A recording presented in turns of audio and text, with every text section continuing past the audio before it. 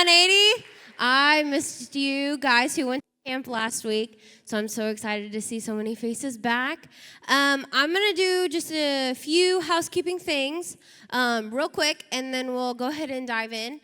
Shout out to everyone who's watching online. We love you. We miss you. We wish you were in the building, but we're so glad that you are watching online.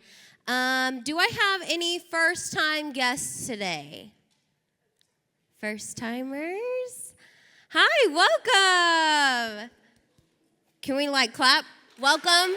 We welcome the people here at 180. I have a little gift for you. You want to come get it? And then what about birthdays? Do we have Are you a first-time guest too? Okay, come on. Okay, well, come on. First-time guest. Also, birthdays this week. Do we have any birthdays this week? No birthdays? No. Yes, birthday? When's your birthday? Oh, first-time guest. Y'all are not first-time guests until I say, hey, I got a gift for you, and then, oh, you're a first-time guest? Yeah.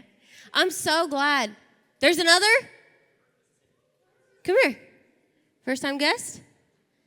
Hi. It's good to see you. Okay.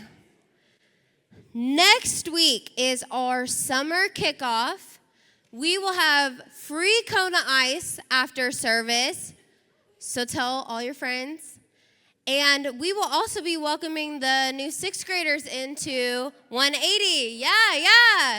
Yeah. So be prepared, dress warm, because we will be doing some things outside post-service. And we are so excited for you guys to bring all your friends and enjoy that. And then in 2 weeks is Tribe Wars, which was where that awesome promo came up with. We will show you the teams next week. I think the interns might be putting that list together. They did last year. And then invite your friends to that, because I think you get points for inviting first-time guests. Okay. So if I haven't met you yet, my name is Liv, or Olivia. Yep, it doesn't matter, whichever. I have been with 180 for over 6 years. And actually, what's crazy is this is my very first time that I've seen 6th graders graduate. Can I have my graduate stand? Yeah. Layla, I see you over there. You're a graduate. But anyway, these girls especially, and Layla over there, they were my very first. Hi, my name's Liv. Nice to meet you. We met back in the cafe before any of this was done. Y'all were significantly shorter than you are now.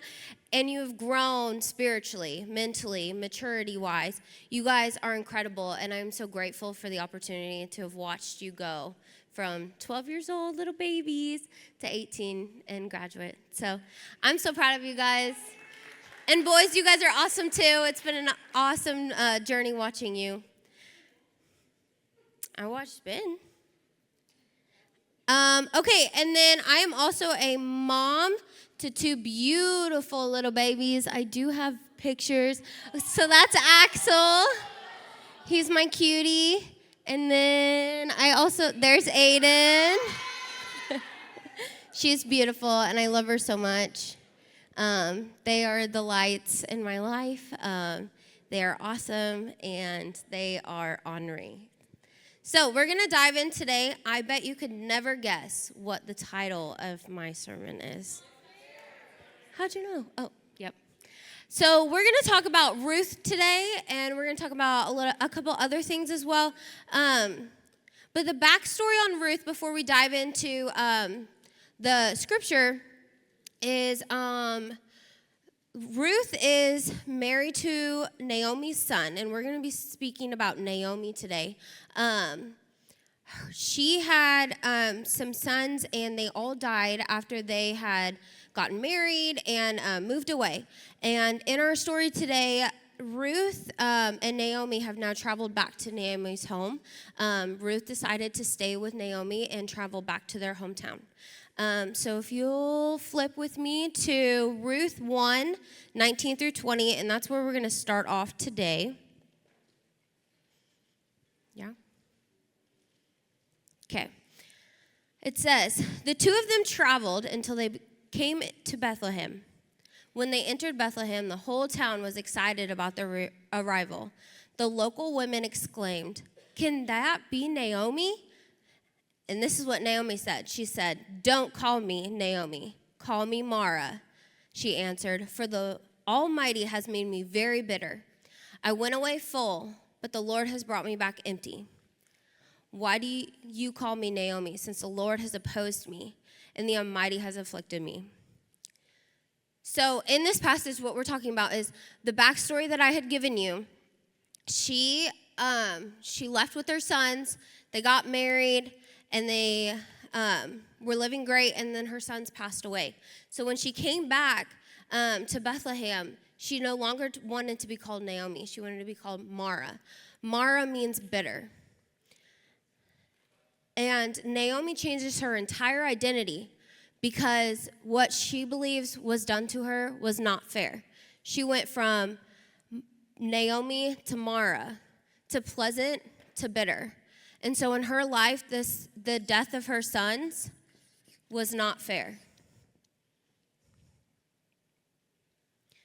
So a little bit more about me. I was born into a Christian family, and I was surrounded with lots of love. And I was able to grow up in the church, and I accepted Jesus into my heart and into my life at a very young age. And I was just overall a generally happy kid for a little while. And my parents were very busy. They worked, 100-plus hour weeks. They ran their own business, and I ended up staying with a babysitter most of the time. And that is when I felt the first injustice in my life. I was abused by that babysitter. And when that happened, I felt shame, and I was fearful of her. And this girl went to my church, this babysitter, and I truly believed that if there was a loving God who saw me out there as a small child, how could this ever happen in my life? And so in my life, I believed that abuse was not fair.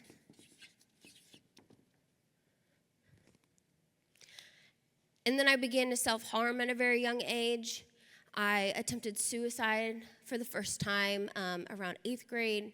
I started partying in high school. I was doing drugs. I was sleeping around. I was fighting at school. And in high school, I got into a very physically and sexually abusive relationship.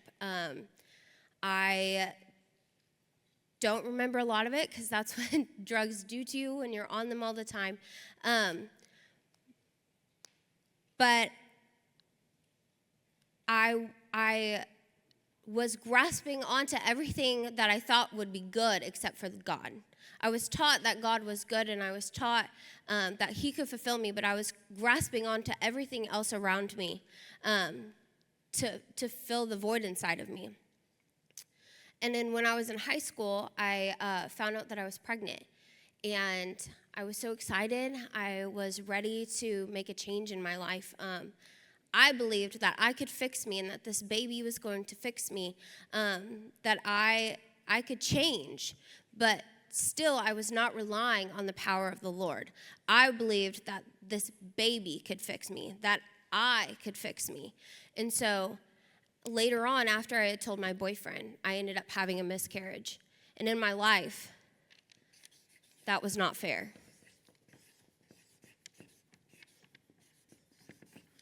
Don't look at the spelling because it's probably wrong. And this led me to my own personal identity change. Just like Naomi in the Bible, she started going by Mara, and she was bitter. I decided to change my own identity. I looked very different on the outside. I began dating girls, so my sexual identity changed, and that was a very big deal for me because we had the coming out of closet party and all of the things that you you go through when you think that that's the lifestyle that you want to live. And so I changed my appearance. I changed the way that I spoke. I was cursing all the time.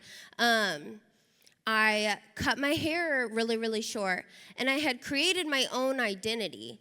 And a lot of it came from anger and brokenness and emptiness. And I ended up getting into, long story short, I ended up getting into a physical altercation at school, and I got in a really, really knockdown, drag-out fight. Everything in my life, all the anger that I had spoken about, boiled over, and I got in severe trouble because it was at school, and I ended up getting kicked out of school. And at this point in my life, I had been abused. I had a miscarriage. I was fighting. I was angry. I was tired. I decided I was going to go get help. And at this moment, I didn't quite trust God over my life, but I knew that there was some other option. Like, there had to be something better than what was out here. So I decided, in order for me to get better, I needed to go get help away from my hometown. And so when I talked to my parents about this, they were like, cool, but since we have the finances, we choose. And they sent me to a Christianized rehab. And it was a program that lasted for 12 to 18 months. I lived with 7 to 10 other girls. And that was really where I began the transformation in my life, where I could lean back on God.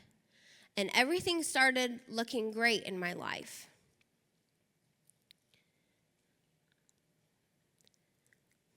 If we go back to Naomi, in Ruth chapter 1, verse 22 through chapter 2, verse 3, it says, "So Naomi came back from the territory of Moab with her daughter-in-law Ruth, the Moabitess. They arrived in Bethlehem at the beginning of the barley harvest. Now, Naomi had a relative on her husband's side. He was a prominent man of noble character. His name was Boaz. Ruth, the Moabitess, asked Naomi, 'Will you let me go into the fields and gather the fallen grain behind Will you let me go to the fields and gather fallen grain behind someone with whom I have favor?' Naomi answered, 'Go ahead, my daughter.' So Ruth left and entered the field to gather grain behind the harvesters. She happened to be in the portion of the field belonging to Boaz, who was from her family. Had Naomi and Ruth not made it back at God's perfect timing in all of this, they could have missed harvest. They could have missed harvest. This is really where God's hand was placed in this story. I mean, his hand's all over, just like what we sang about. He was there every minute, every moment, every day, the whole thing. He's always there. But his hand is really shining in this moment. It says back in verse 1, it says, they arrived in Bethlehem at the beginning of the barley harvest. If they hadn't made it back until after the harvest, Ruth wouldn't have had the opportunity to pick up the grain that was scattered from the harvesters. Had they made it before the harvest, she still wouldn't have had that opportunity, but they might have waited too long and they would have had to move somewhere else because they weren't being fed, because they couldn't stay there. And so this is where God's perfect timing was back on them. And even through the tragedy that had taken place, even through Naomi's sons dying, even through the long journey I'm sure that they had, God's hand was upon them, and he made sure that they got there at the perfect time. And in my life, God's hand really shone at the perfect time.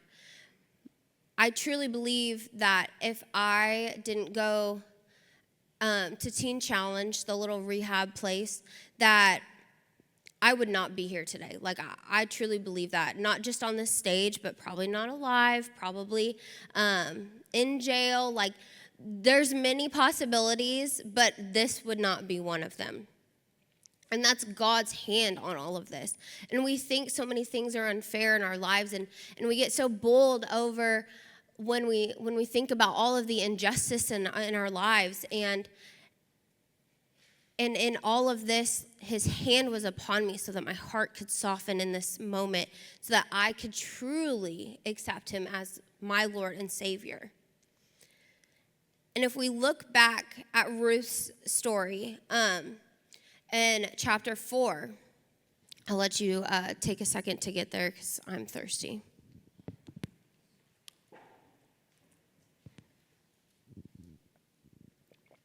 In verse 13, it says, Boaz took Ruth, and she became his wife.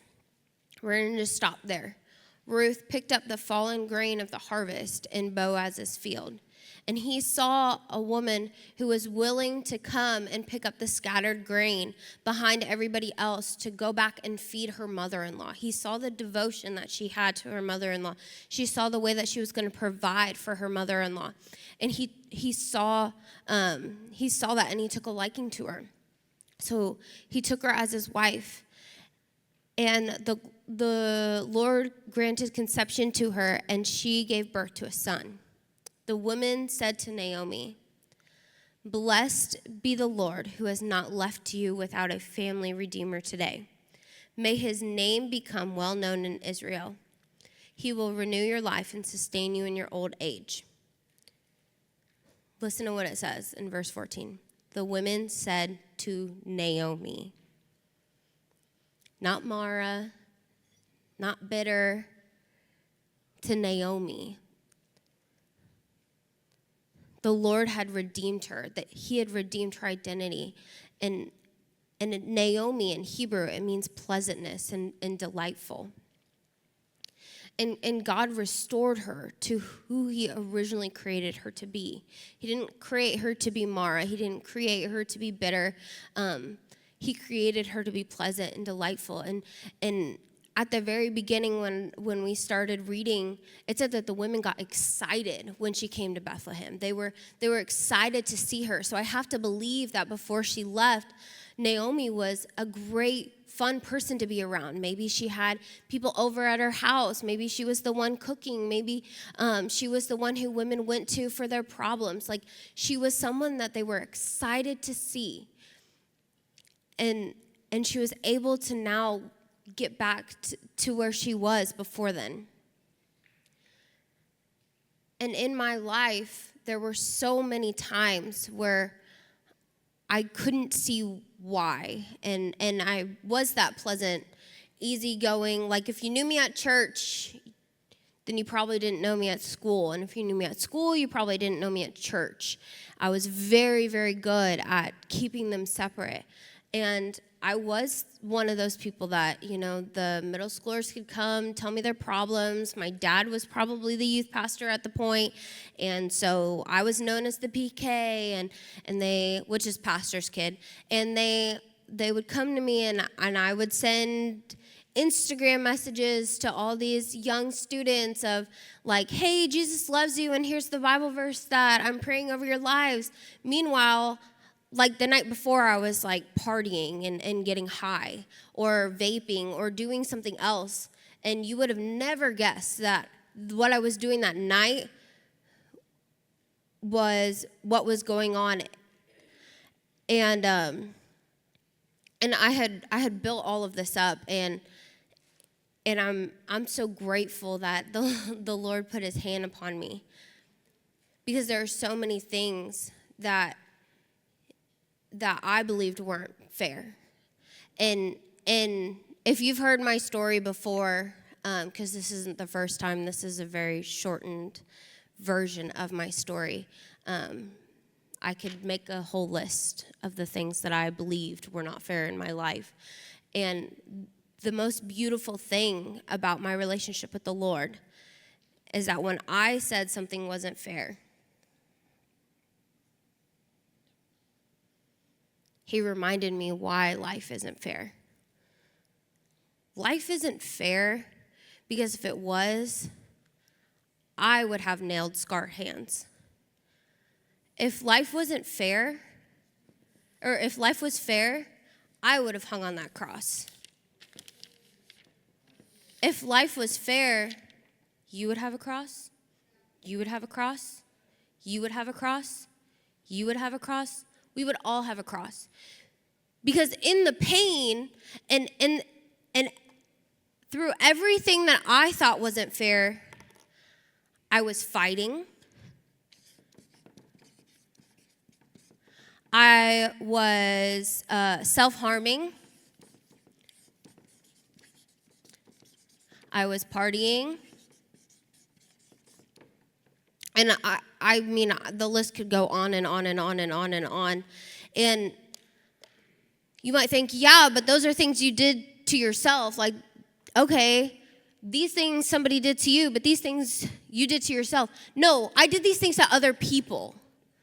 Like, my self-destruction was something that my family had to watch, that my best friends had to watch, that the people at church probably saw, because you think you're living a great double life, but you're not.